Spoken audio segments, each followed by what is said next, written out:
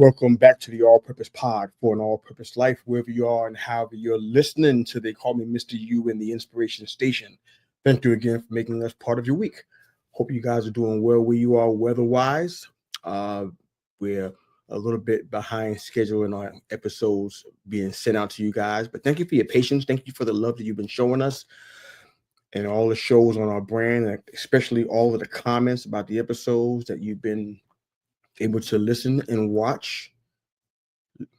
Just really appreciate it. It's been a blessing to be able to send these shout outs to you guys, and it sounds as though they're making an impact where you are on a personal and spiritual level. So that's our goal. That's what we want. We understand that a better you makes a better world. So we're excited about that. I'm going to talk to you guys about something I think is really, it's a simple concept, but I feel as though we make it complex when it really isn't. As a matter of fact, we complicate it mainly because of our own desires, inclinations, and most especially our emotions. Here's a question for you guys. What do you do when things start to get boring? What do you personally do when things start to get boring? As a kid, I grew up in the inner city. We didn't have a lot of the things that children these days may have access to. In some cases, it's even worse than what I grew up having. We didn't have a lot of baseball fields and football fields, so we had to try to be innovative in how we had athletics and recreation. But what I did as a kid is I searched for excitement. I chased the thrills.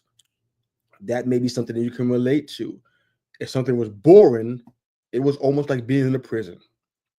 It could be kind of excruciating for a kid to be in a place where you're bored and you're craving excitement. Usually what happens, often in a negative way, is that something that's exciting, it's not good for us, we'll chase it, not really thinking about to the other end of that path. I want to talk to you guys today about mastering the mundane. It's a concept that I learned through some of my business travels, and I think it's really appropriate for today's times. People who are a leader like myself, excuse me, people who are in a place where they lead others, where they mentor others, where they coach others, or they're just an example or role model to others. Our leadership is predicated on the understanding that in the course of our personal growth and personal development, we're going to do things that are considered mundane. One thing that people never notice is the power of consistency in their life. They're always looking for the new high. And it's scary because it's an emotional issue, and it's one that many people, particularly leaders, don't deal with. Let's think about David for a second. David from the Bible, not David from down the street, but David from the Bible. He was known to be arguably the greatest king in biblical history, but what he was also known to be was one of the most faithful shepherds that we've ever seen noted in scripture. But his shepherding work was mundane. Yes, there were accounts of him killing the lion and the bears and the wolves, protecting the sheep, which represented commerce in his family household, in his family and financial dynamic. Those sheep represented money. They represented the ability to feed their household. So the sheep were important. It was just like as important as a dollar bill. But when we hear about the lions and the bears and the wolves, we almost glamorize it as if that was the crust of his job. But David's shepherding work was mundane. The majority of his work was mundane. It was quiet. There were no adversaries every single day. It was just making sure the sheep were fed and maybe sitting on a rock or sitting in a field somewhere and just watching and waiting. People chase the excitement and chase the thrill, but what happens in the uneventful days? See, we're taught and encouraged to major in the weightier matters of life, but we don't. We minor in them, and we should be majoring in those. See, the trouble really comes to us in those quiet, uneventful times where nothing seems to be going on. That's when we lose our grip. That's when we fall short of the mark. That's when we get engulfed in temptations because We're searching for excitement. We're chasing the thrill. We couldn't see David in his entire assignment. We got little glimpses of it. We know his family didn't pay him much mind. We knew that. We knew that the Lord's eyes were on him all the time, and the Lord considered him a man after his own heart. 1 Samuel 13 and 14 gets into that. He was telling, the prophet Samuel was telling Saul, the king at the time, your kingdom will not endure. The Lord has sought out a man after his own heart and appointed him ruler of his people, because you have not kept the Lord's commands. Excuse me. The Lord was looking for a man after his own heart, not the one that did the best work, not the one that was the most exciting, not the one that had the most challenges in life. He wanted a man after his own heart. That's what God was looking for in David. That's what God is looking for in you. See, David took diligent care of the family business. Even though he was disgraced by his relatives, he was even seen as less than, even in some cases, invisible, not even relevant on the family tree. But David did something that many of us won't do when we're being disgraced and being disparaged by people, and when we're not in a place where we think we should be seated in people's minds, in people's ministries, in people's lives, in people's family dynamic. What David did was against the grain for most of us. He took diligent care of the family business.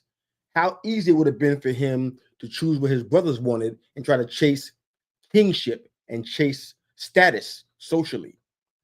He did the grunt work. He did the boring stuff, and he never complained. We don't know what David thought, but he never complained. He never tried to rebel against what his assignment was. He stayed faithful. He stayed quiet.